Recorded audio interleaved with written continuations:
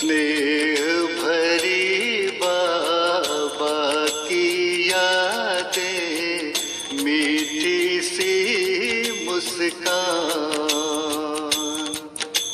स्नेह भरी बाबा की यादें, मीठी सी मुस्कान।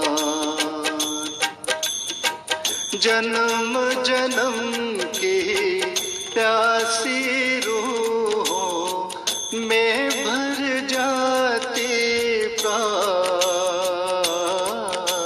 स्नेह भरी बाबा की यादें, मीठी सी मुस्कान।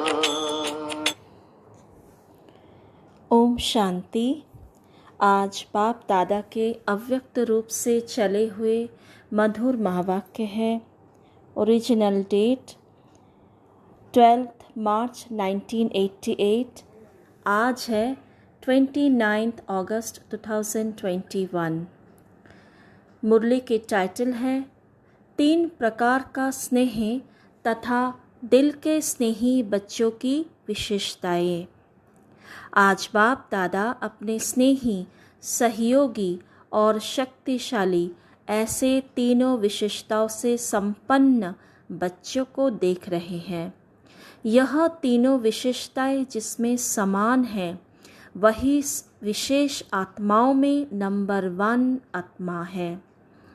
स्नेही भी हो और सदा हर कार्य में सहयोगी भी हो, साथ साथ शक्तिशाली भी हो।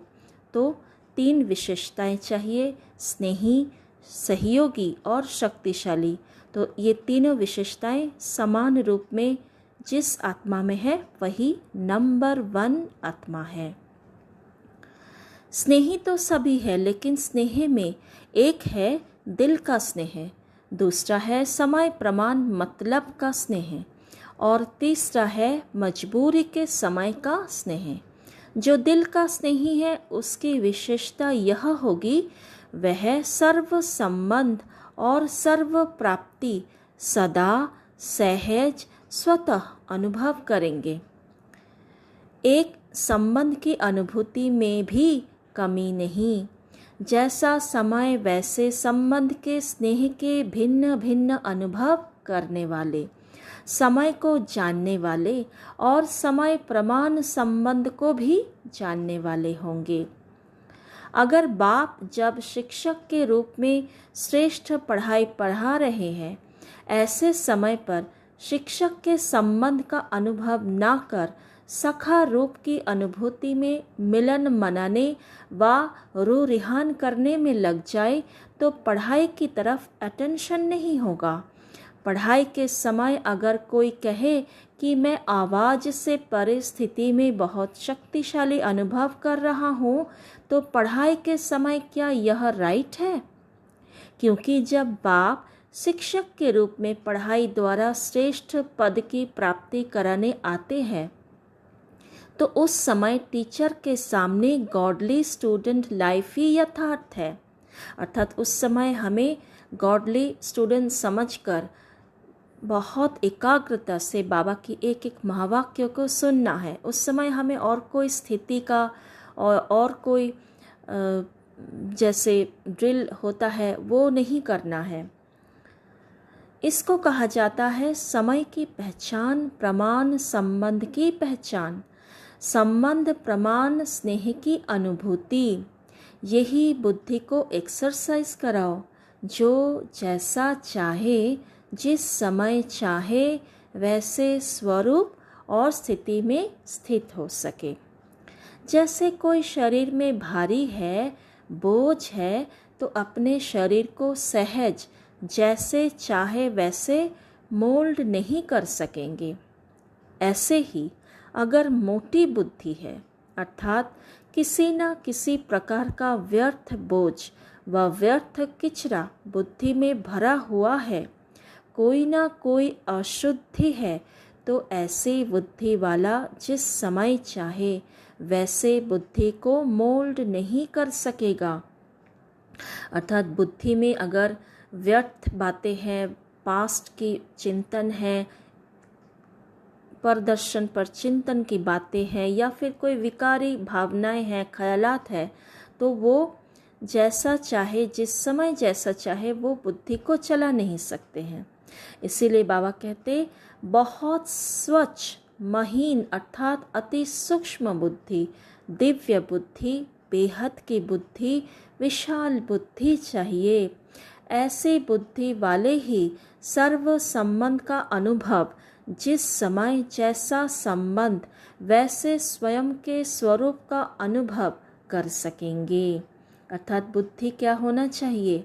सूक्ष्म बुद्धि, महीन बुद्धि, स्वच्छ बुद्धि, दिव्य बुद्धि, बेहद की बुद्धि, विशाल बुद्धि। तो ये विशेषताएं हैं बुद्धि की। तो ऐसी जो बुद्धि होगी, तो ऐसे बुद्धि वाले आत्माएं जब चाहे, जैसा संबंध चाहे, वैसा अनुभव, वैसा प्राप्ति कर सकते हैं। तो बाबा कहते तो स्नेही सभी है, लेकिन सर्व संबंध का स्नेह, समय प्रमाण अनुभव करने वाले सदा ही इसी अनुभव में इतने बिजी रहते, हर संबंध के भिन्न भिन्न प्राप्तियों में इतना लवलीन रहते, मगन रहते, जो किसी भी प्रकार का विघ्न अपने तरफ झुका नहीं सकता है।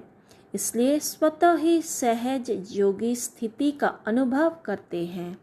अर्थात पूरे दिन भर में हमारे अलग अलग कार्य होता है, तो हम जिस समय जो कार्य कर रहे हैं उस अनुसार उसी संबंध से बाबा को याद करें, तो याद भी सहज होगा और रमणीकता भी होगी, अलग अलग होगी, और प्राप्ति भी बहुत सुंदर होगा। तो बाबा कहते इसको कहा जाता है नंबर 1 यथार्थ स्नेही आत्मा।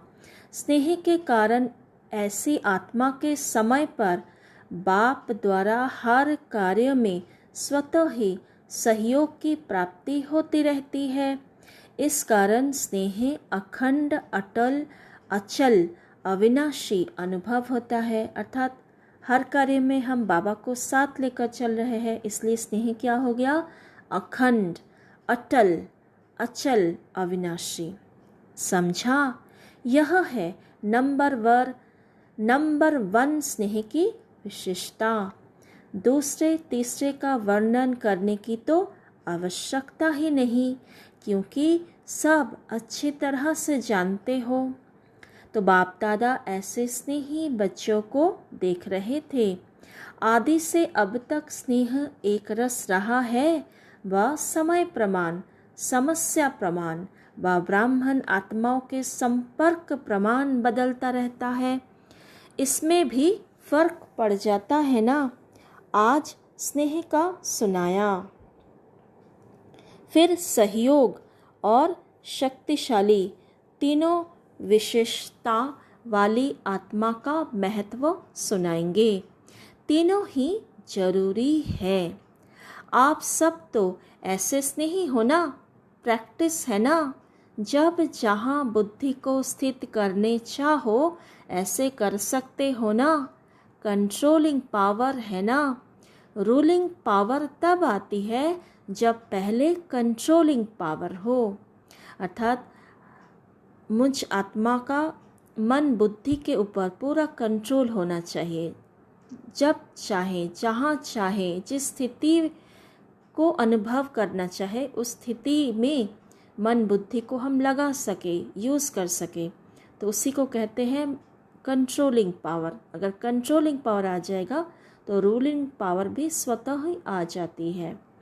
तो बाबा कहते जो स्वयं को ही कंट्रोल नहीं कर सकता वह राज्य को क्या कंट्रोल करेगा।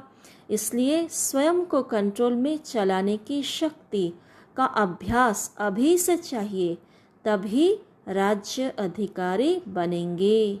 समझा? आज तो मिलने वालों की कोटा पूरी करनी है। देखो संगम युग पर कितना भी संख्या के बंधन में बांधे, लेकिन बंध सकते हो, संख्या से ज़्यादा आ जाते हैं। इसलिए समय को, संख्या को और जिस शरीर का आधार लेते हैं उसको देखो।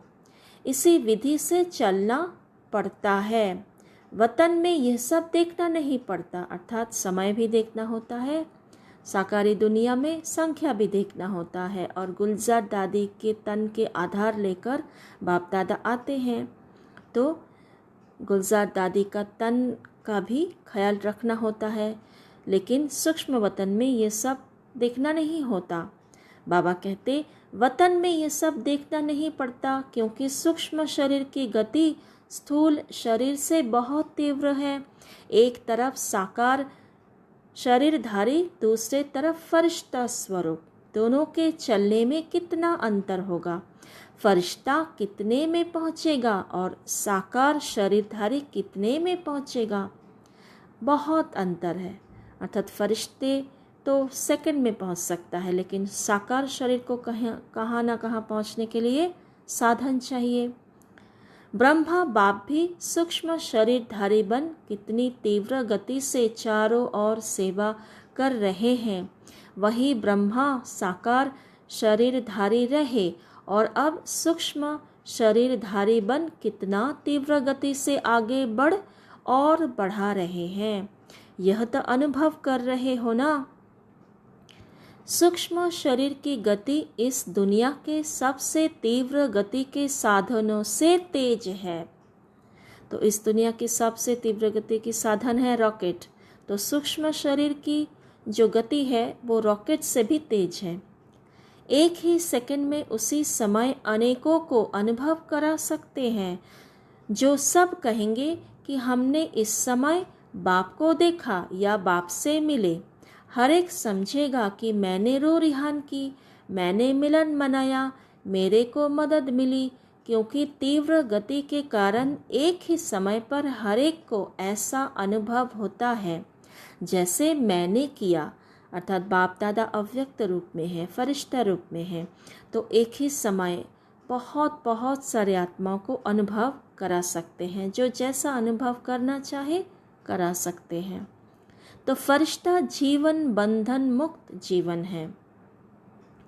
भल सेवा का बंधन है, लेकिन इतना फास्ट गति है, जो जितना भी करे उतना करते हुए भी सदा फ्री है। जितना ही प्यारा उतना ही न्यारा। कराते सबसे है, लेकिन कराते हुए भी अशरीरी फरिश्ता होने के कारण सदा ही स्वतंत्रता की स्थिति का अनुभव होता है, क्योंकि शरीर और कर्म के अधीन नहीं है। आप लोगों को भी अनुभव है, जब फरिश्ते स्थिति से कोई कार्य करते हो तो बंधन मुक्त अर्थात हल्कापन अनुभव करते हो ना। अर्थात यहाँ साकार शरीर में रहते हुए अगर हम फरिश्ता स्थिति में, अव्यक्त स्थिति में शांत रहकर कोई कर्म करते हैं तो कोई बोझ नहीं होता, हल्के अनुभव करते हैं, अथक बन जाते हैं, टायर्ड फील नहीं करते। तो बाबा कहते और जो है ही फरिश्ता, लोक भी वह है तो शरीर भी वह है, तो क्या अनुभव होता होगा, जान सकते हो ना। अच्छा, चारों ओर के सर्व दिल के स्नेही बच्चों को, सदा दिव्य विशाल बेहद बुद्धिवान बच्चों को, सदा ब्रह्मा बाप समान फरिश्ता स्थिति का अनुभव कर तीव्र गति से सेवा में, स्व उन्नति में सफलता को प्राप्त करने वाले, सदा सहयोगी बन बाप के सहयोग का अधिकार अनुभव करने वाले, ऐसे विशेष आत्माओं को, समान बनने वाली महान आत्माओं को बाप दादा का याद प्यार और नमस्ते। हम रूहानी बच्चों की रूहानी बाप दादा को याद प्यार, गुड मॉर्निंग और नमस्ते। अव्यक्त बाप दादा से पर्सनल मुलाकात। पहला, सदा बेफिक्र बादशाह होना। जब बाप को जिम्मेवारी दे दी तो फिक्र किस बात का। जब अपने ऊपर जिम्मेवारी रखते हो तो फिर फिक्र होता है क्या होगा, कैसे होगा। और जब बाप के हवाले कर दिया तो फिक्र किसको होना चाहिए, बाप को या आपको। और बाप तो सागर है, उसमें फिक्र रहेगा ही नहीं। तो बाप भी बेफिक्र और बच्चे भी बेफिक्र हो गए। तो जो भी कर्म करो, कर्म करने से पहले यह सोचो कि मैं ट्रस्टी हूँ। ट्रस्टी काम बहुत प्यार से करता है, लेकिन बोझ नहीं होता है।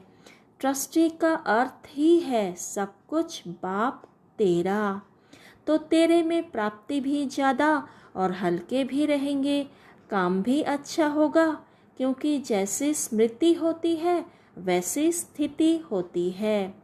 तेरा माना बाप की स्मृति, अर्थात हम सदा हर कर्म में, चाहे घर गृहस्थ की कोई भी साधारण कर्म भी करे और ईश्वरीय सेवा भी करे, तो सदा ट्रस्टी होकर करे। सब कुछ करन करावन हर बाबा का है, बाबा करा रहा है, हम कर रहे हैं करनहार बनकर।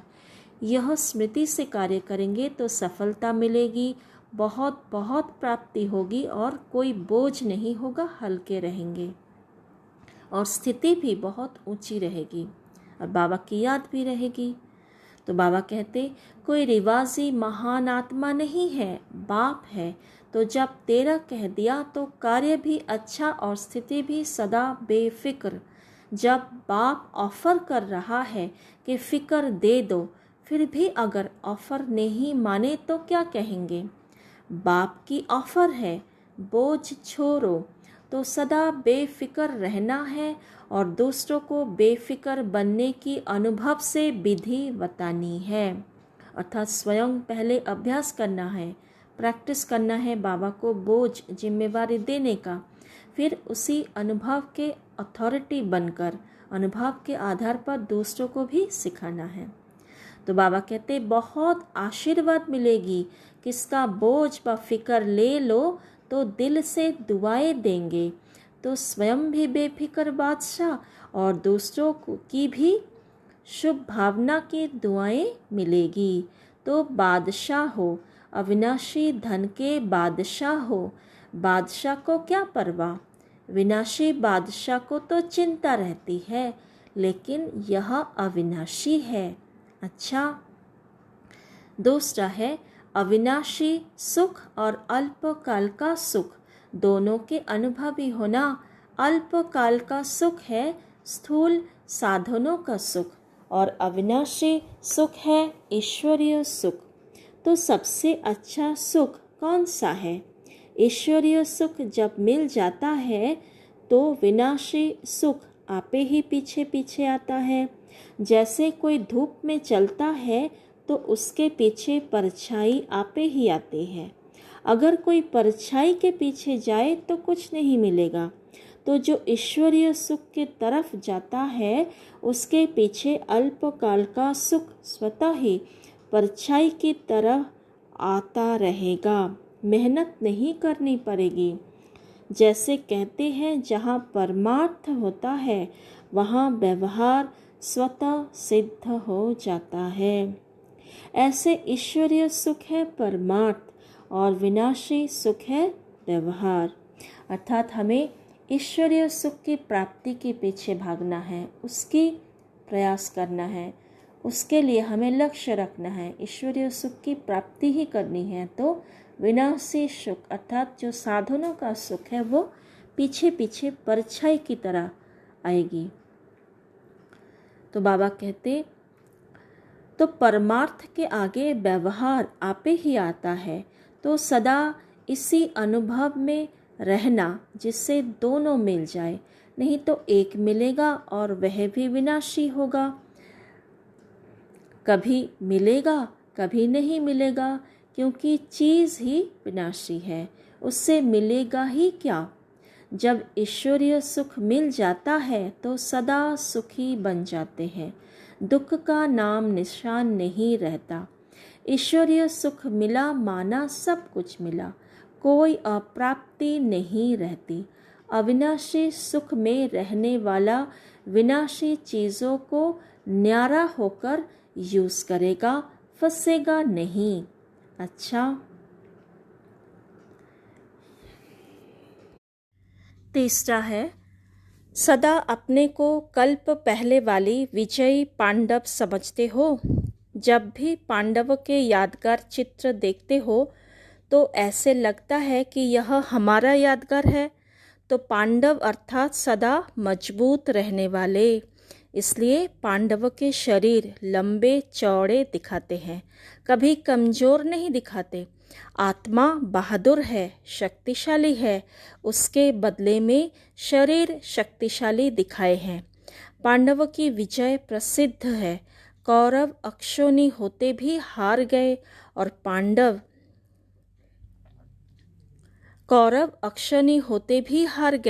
पांडव 5 होते भी जीत गए।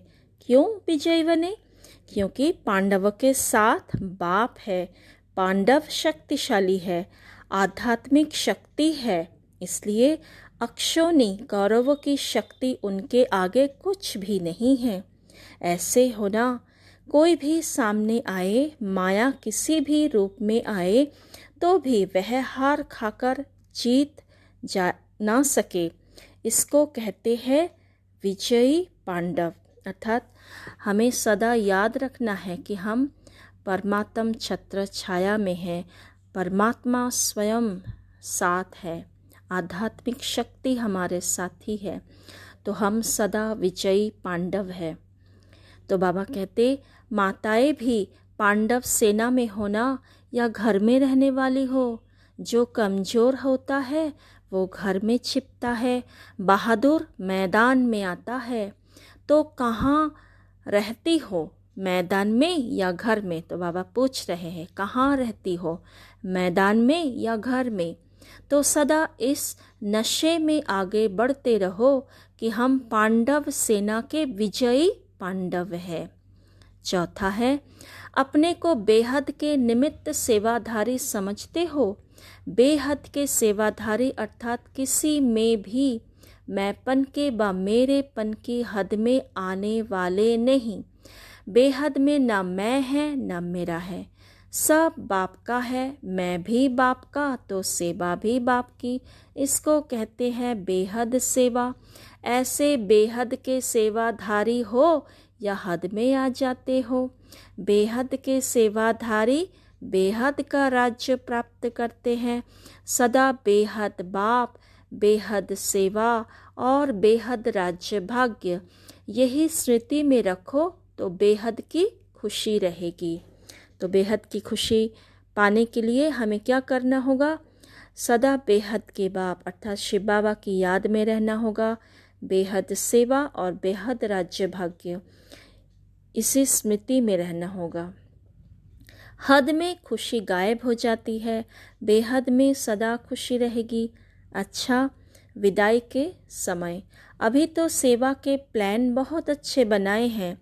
सेवा भी वास्तव में उन्नति का साधन है। अगर सेवा को सेवा की रीति से करे तो सेवा लिफ्ट देती है आगे बढ़ाने की। सिर्फ प्लेन बुद्धि बनकर प्लान बनाए, ज़रा भी कुछ यहाँ वहाँ का मिक्स ना हो। जैसे कोई बढ़िया चीज़ बना कर रखो और यहाँ वहाँ की हवा से कुछ किचरा पड़ जाए तो क्या हो जाएगा? तो संभाल कर रखते हो ना, तो यहाँ वहाँ का कुछ भी मिक्स नहीं हो जाए। ऐसे सेवा के प्लान अच्छे बनाते हैं। सेवा में मेहनत नहीं लगती, खुशी होती है, क्योंकि लगन से करते हैं। उमंग उत्साह भी अच्छा रखते हैं। बाप दादा सेवा का उमंग देखकर खुश भी होते हैं। सिर्फ मिक्स ना हो तो जितने समय में सेवा हुई है उससे 4 गुना हो सकती है। प्लेन बुद्धि फास्ट गति की सेवा को प्रत्यक्ष दिखाएगी। अभी फिर भी सोचना पड़ता है ना कि यह करे, यह ना करे, यह तो नहीं होगा, वह तो नहीं होगा। लेकिन जब सब एक बुद्धि हो जाए, जिसने किया वह अच्छा, जो किया वह अच्छा, यह पाठ पक्का हो जाए तो तीव्र गति की सेवा आरंभ हो जाए। वैसे पहले से सेवा की गति तीव्र हो रही है, बढ़ रही है, सफलता मिल भी रही है, लेकिन अभी के हिसाब से विश्व की आत्माओं को संदेश देने के हिसाब से तो अभी कोने तक पहुँचे हैं।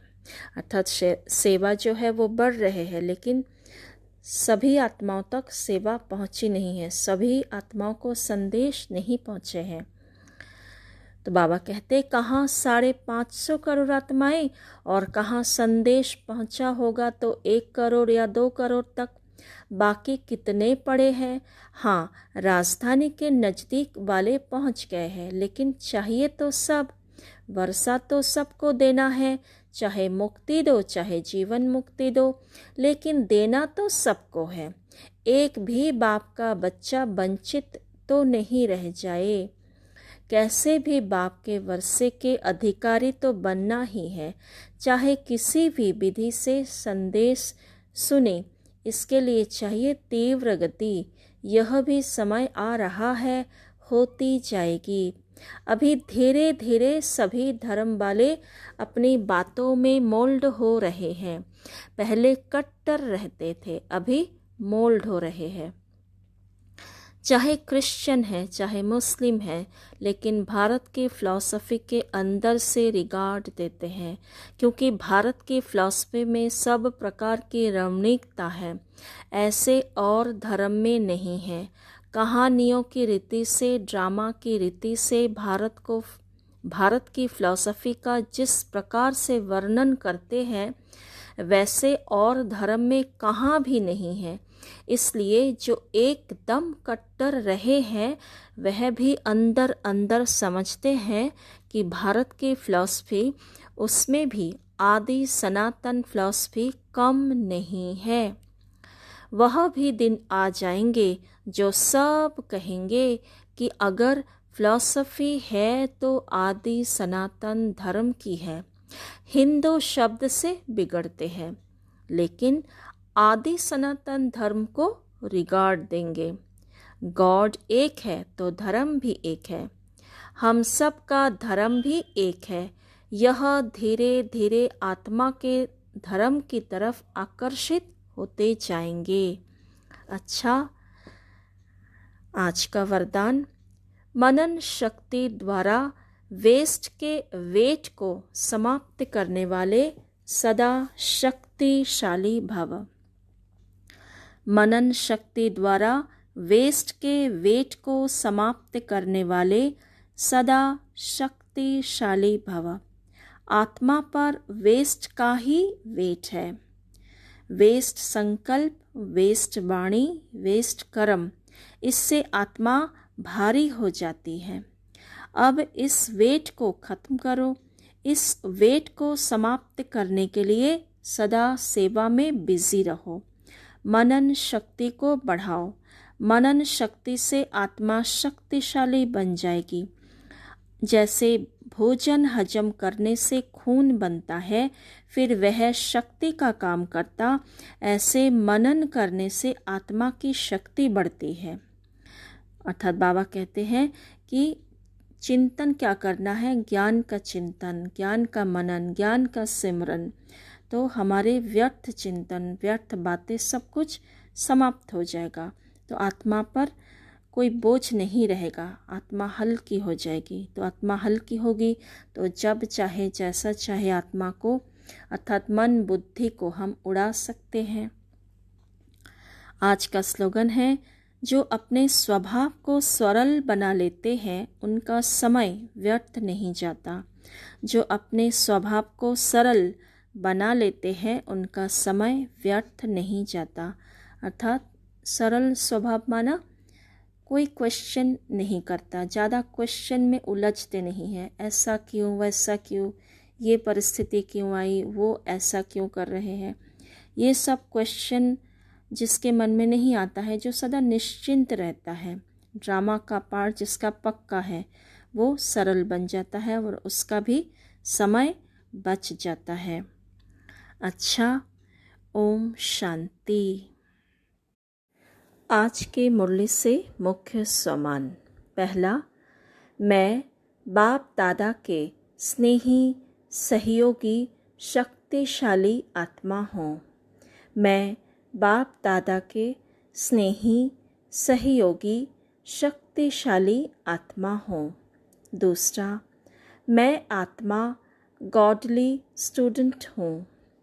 मैं आत्मा गॉडली स्टूडेंट हूँ।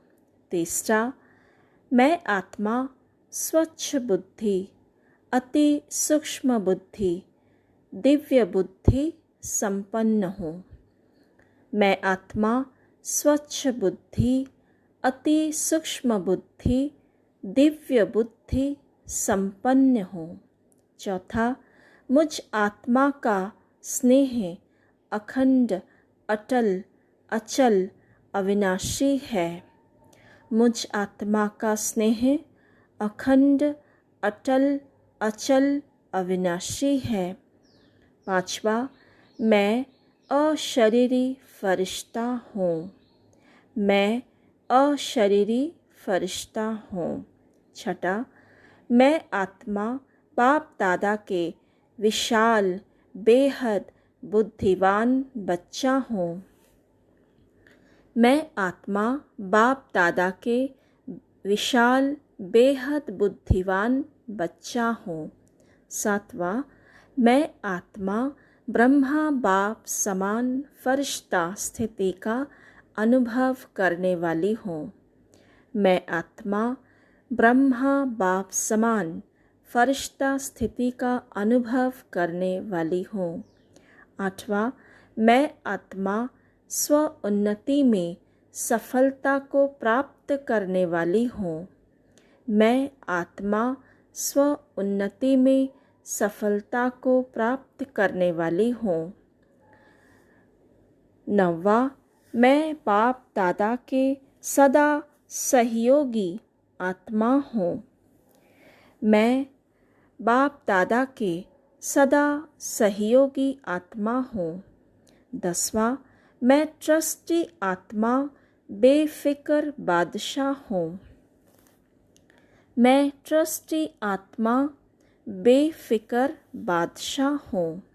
11वां, मैं आत्मा कल्प पहले वाली विजयी पांडव हूँ। मैं आत्मा कल्प पहले वाली विजयी पांडव हूँ। 12वां, मैं आत्मा बेहद के निमित्त सेवाधारी हूँ। मैं आत्मा बेहद के निमित्त सेवाधारी हूँ। 13वां, मैं आत्मा सदा बेहद बाप, बेहद सेवा, बेहद राज्य भाग्य इसी स्मृति में नशे में रहती हूँ। मैं आत्मा सदा बेहद बाप, बेहद सेवा, बेहद राज्य भाग्य इसी स्मृति में नशे में रहती हूँ। 14, मैं आत्मा मनन शक्ति द्वारा वेस्ट को समाप्त कर शक्तिशाली बन रही हूँ। मैं आत्मा मनन शक्ति द्वारा वेस्ट को समाप्त कर शक्तिशाली बन रही हूँ। 15, मैं सरल चित्त आत्मा हूँ। मैं व्यर्थ से मुक्त सरल चित्त आत्मा हूँ। ओम शांति। आज के अव्यक्त इशारा 4th पॉइंट, फरिश्ता उड़ता है, चलता नहीं है। आप सभी भी उड़ती कला में उड़ते रहो। इसके लिए डबल लाइट बनो। जो किसी भी प्रकार का बोझ मन में, बुद्धि में है, वह बाप को दे दो। तो आज भी मुरली में बाबा ने कहा, बाबा को सारे बोझ जिम्मेवारी देकर हल्के होकर बेफिक्र बादशाह बनकर के रहना है। अच्छा, ओम शांति। आइए कुछ समय बाबा को याद करते हैं।